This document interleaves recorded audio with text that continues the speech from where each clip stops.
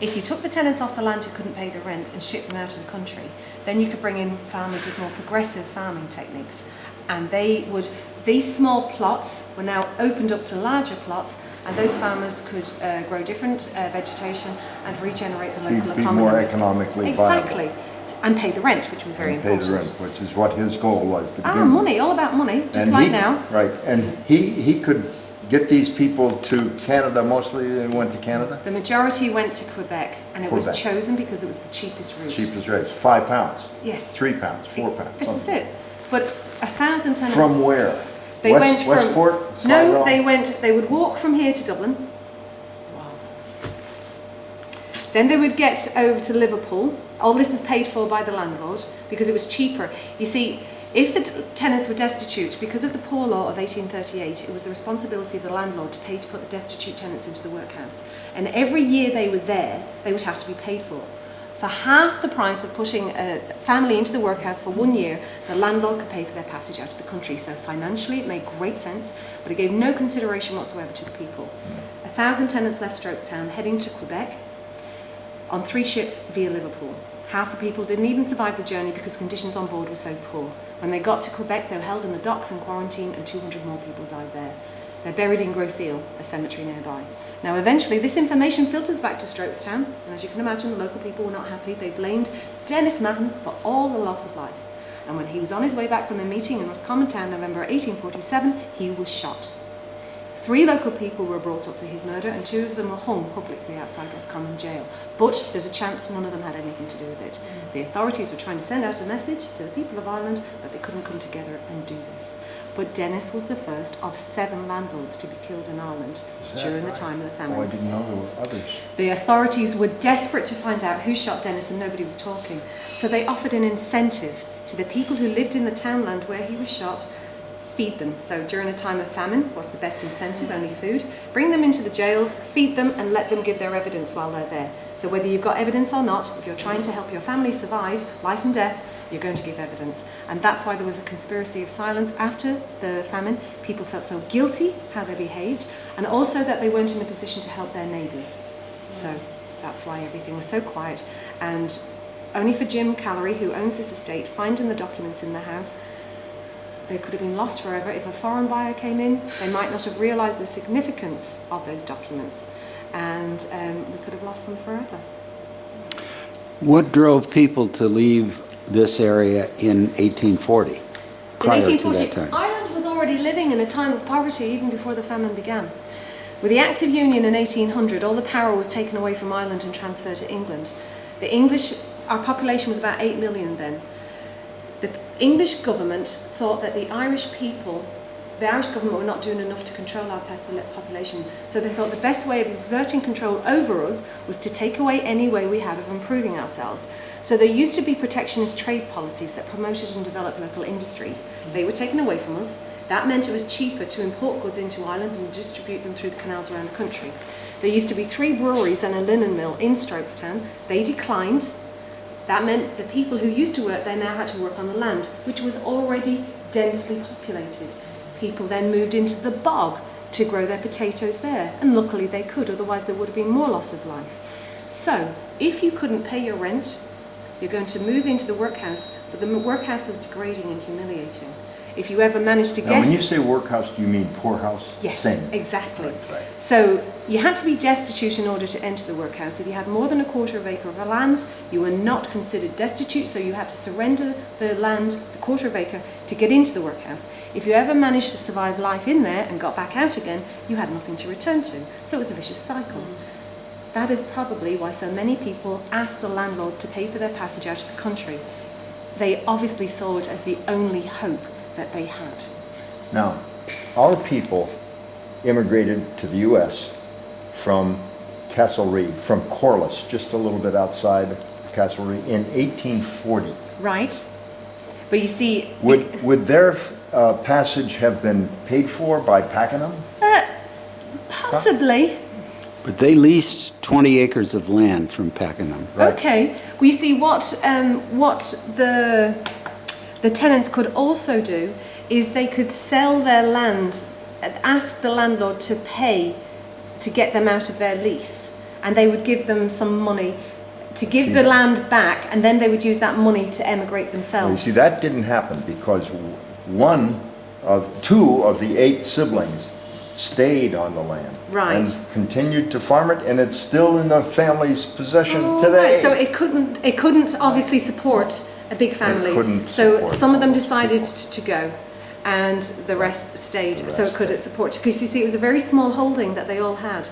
It was subdivided, and that was again. You know, we walked over the farm yesterday. It's 25 acres. Wow. It didn't seem like a small holding. I mean, now it's not good quality farmland. Yes. Very nice bogland.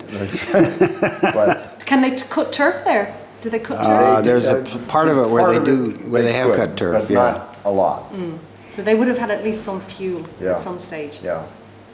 So you said they walked to Dublin, went to Liverpool, and took the boat from Liverpool. At least that's Exactly. what happened to the folks that were Yes. evicted under Under Mahan. Mahan, yes.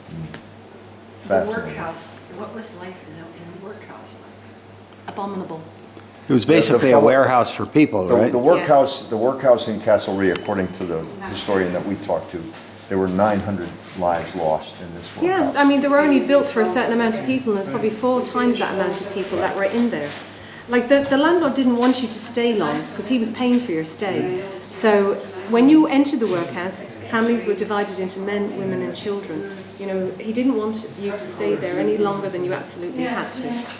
So when this says Park House, that means this house, right? That's right, and you can walk to the front of it, you know, before you leave. You So- can't walk in it. You know, because the original furnishings are there, for insurance purposes, it has to be a guided tour. Oh, it has to be a guided tour, okay. But you will walk through the museum, which is housed in the old stables, Mm-hmm. and you can also walk around the walled gardens and fruit and vegetable garden, which is 6 acres. Right. And is it over here or? So we're here. This is the house here. These are the stables that the museum is housed in. So we're about here. Oh, okay. The restaurant is Good. here. The car And park what's is this here. building here? This is the wings. This is the kitchen over here, and this is the vaulted stables. Okay, I think I will buy this book. Okay. This. And for that he was rewarded with 300 acres of land. When King Charles II was reassigned to the throne in England, Nicholas pledged his allegiance to him, and for that he was given 3,000 acres. Now he did nothing with the lands himself, but his son John built a modest country house, first finished in 1696. Thomas Mahan built around that house in 1740, adding this story and the second story. His son Maurice added the third story in the parklands. Now Maurice voted for the Act of Union in 1800, and for that he was rewarded with a title, the Baron Hartland. That title came down 3 generations. The third Baron, because of his mental incapacity, he really could not take good care of the estate, and when he passed away there were £14,000 worth of rent arrears owing. Dennis Mahan inherited the estate, and between himself and his land agent they were going to have to try and find ways of improving the finances. Dennis arranged a marriage with his daughter, Grace Catherine, to a Sandford Pakenham gentleman, and with that came 30,000 acres of land between Strokestown and Castlereagh. John Ross Mahan suggested taking the tenants off the land and shipping them out of the country, a one-off payment, and he would never have to worry about them again. Because of the Poor Law of 1838, it was the responsibility of the landlord to pay destitute tenants into the workhouse, and every year they were there, they were to be paid for. For half the price of putting a family into the workhouse, the landlord could pay for their passage out of the country. So financially, it made great sense, but it gave no consideration whatsoever to the people. Now 1,000 tenants left Strokestown heading to Quebec. It was the cheapest route, and half the people didn't even survive the journey because conditions on board were so poor. Illnesses and diseases spread very quickly in the cramped, unsanitary conditions, and when they got to Quebec, they were held in the docks in quarantine. 200 more people died there, and they're buried in Groseal, a cemetery nearby. Now eventually, this information filters back to Strokestown, and the local people were not very happy. They blamed Dennis Mahan for all the loss of life. And when he was on his way back from the meeting in Roscommon November 1847, he was shot in a place called Doherty, 5 miles outside the estate. 3 local people were brought up for his murder, and 2 of them were hung publicly outside Roscommon jail. There is a chance none of them had anything to do with it, as the authorities were trying to send out a message to the people of Ireland that they couldn't come together and do this. But indeed, Dennis was the first of 7 landlords to be killed in Ireland during the time of the famine. Now his daughter Grace Catherine was away on honeymoon on the Isle of Wight when this happened, and she swore she would never return to Strokestown. Her son Henry came back in 1890, and it's his daughter Olive that is the last lady to have lived in this house. Now the two Pakenham gentlemen you can see here, Edward led his troop into the Battle of New Orleans in 1815. There was a ceasefire, but the word never reached Edward. And when he led his troop into battle, General Jackson was waiting there for him. The whole troop was slain. The family was devastated with the seemingly needless loss of life of Edward, and they wanted to bring him back for a full military burial. Would have taken about 6 weeks in those days to get back here, so they decided to transport his body home in a barrel of rum. And that would have been okay if you didn't have the thirsty sailors on board who did decide to drink a tankard or two out of that barrel every other day. And to add insult to injury, they allegedly called it the Pakenham punch. So by the time they got back here, there was no rum left in the barrel. You can only imagine the state that poor Edward was in. I can't imagine he was too concerned. Now these two boys had a sister. Her name's Kitty Pakenham, and she married the Duke of Wellington, Irish-born, the Prime Minister of England. This is the lithograph of the Duke at the Battle of Biscay. So here we have the Duke, and over here is Edward. Now the family was so proud of the connection with the Duke, nearly every room we go into in the house you will see something about him.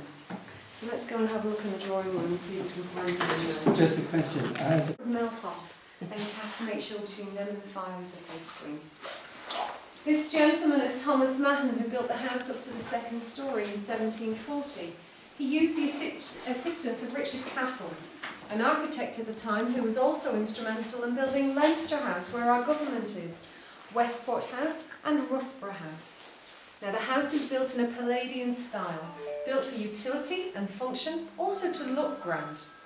Outside we have two wings. The one on this side is the vaulted stables and the other is the gallery kitchen. We will see that towards the end of the tour. It was Thomas's son Morris that added the third story in the parklands, and because he had such a great love of those parklands, he wanted to make sure any time he looked out the window that is all he was going to see.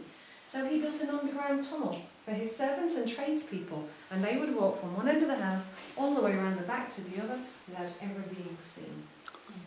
But it does rain a lot, so maybe he was protecting them from the elements. Who knows? Thomas's, Now the Baron Hartland, he built one of the widest streets in Europe to parallel along the lines of O'Connell Street and also the Ringstrasse. As you exited today and went through the triple Gothic arch up to the genealogy centre, that is the wide street. And he built it in order to bring traders to the town. He applied for licences, and to this day there is still farmers' markets there every Friday. So the locals are still benefiting from that very wide street. Now Major Hales and Olive lived only in this room for the last few years of their life. The house was too big and expensive to heat and light. They were selling paintings and silver to fund themselves. So moving everything into one room made perfect sense. It meant that the rest of the house fell into a very bad state of repair. The roof was leaking, water running down the walls. So a local businessman in 1979, he owns the Westwood Garage, which is on the edge of the domain. He came to see Olive and asked if she would sell him a few acres of land. Now, she wasn't prepared to sell it off in dribs and drabs. He had to buy the whole estate, and he had no interest in the house. So it was part of the contract that Olive and Major Hales could live here as long as they wanted. Jim would just sell on what he didn't want when they had passed away. And Olive would visit her children in England. And on one trip, Jim asked if he could have a look around the house, and when he did, he found boxes of paperwork dating back to the time of the famine. One of them, the Clunihy petition, which I mentioned to you earlier. The Clunihy petition is a letter from the tenants writing to the landlord, stating they are law-abiding citizens, and if the landlord doesn't do something soon to help them, they won't be law-abiding for too much longer. Jim is from Clunihy, about 5 miles out this direction. I suppose it's kind of sort of the back road towards Carrick. So, 1980, Major Hales passed away. Olive the following year became ill. She went to England where her family cared for her, but she died soon after.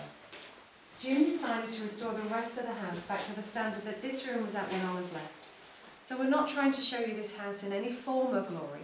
We're holding it at that moment in time as if Olive had just walked out of here yesterday, and apparently the National Trust are doing the same. In front of you here, the two photographs are Olive. She's about 30 years of age in this one, and later in life in the other one. And here we have Olive's mother, May Burrard, a known beauty of the time. And if you look closely, you can see she's got the tiniest little 16-inch waist, probably because of the corsets they would have worn in those days. Over here, we have the Duke of Wellington, underneath his seal of office. And this young lady is Kitty, the sister of the two gentlemen I was telling you about in the hall. The summer house is here. You'll see it in the garden. On the top there's a pineapple, which is a sign of welcome. And Olive is photographed here in 1902 with her governess. She was about 8. And they would have spent most of the day together. Victorian childhood was very different to childhood of today. And she would have only seen her parents for maybe an hour or so in the evening before she went to bed. Now, with the Georgian style of the house, they did like their balance and symmetry. Either side of the fire you can see a door. The one to your left is false, there's nothing behind it. It's just there to make the house and the room appear bigger than what it actually is. But this one is going to bring us through into the library. 40, it was made in France. Here we have the bust of the Duke of Wellington and a photograph of the family in this room. Olive is the lady sitting on the right-hand side of the fire. Letitia, her eldest daughter, to her right, and Elizabeth, her other daughter. The family were renowned dog breeders. It's the Labrador they bred. You can see a Labrador in the picture there too. It was during the 1920s, during the Civil War, and the British Army was billeted in this house. That's when Olive met Major Stuart Hales. He was billeted here. And they went on to have 3 children when they married. Nicholas, Elizabeth and Elise. And with the balance and symmetry again, we have the bookcases either side of the fire. This one is a Chippendale, renowned to be one of the best ones in Ireland today. Lord William at the Battle of the Boyne. And either side of the fire you can see the ropes that the gentry used to summon the servants. And if any of you watch Downton Abbey, you'll see those being used quite often. Oh, yeah. There's push-button ones when we go upstairs. The pulley system doesn't work anymore. And the servants would have been in a room in the basement, and that's where the bells would have gone off. The fireplace is in the style of Adams. In the centre, the beautiful cherubs. And here we have an invitation from Buckingham Palace for Olive, Major Hales, and the eldest daughter Letitia to come to tea May 1933. It even tells them how they are to dress. So the ladies are to wear court dress with feathers and trains, and the gentlemen are to wear full court dress. And here we have Olive with her feathers and her train. Now, one of the Lady Hartlands had envisaged this room to be her ballroom, the other end of the spectrum. Apparently, when you leave the country, you can access it online through Air TV. Think of Aer Lingus, AER TV. And all the rooms you're walking through, you will recognise them. It's basically the film set. Underneath the poster is the ladies' version of the ensuite, and just in case we weren't too sure on how to use it, they so kindly wrote the instructions on the inside for us.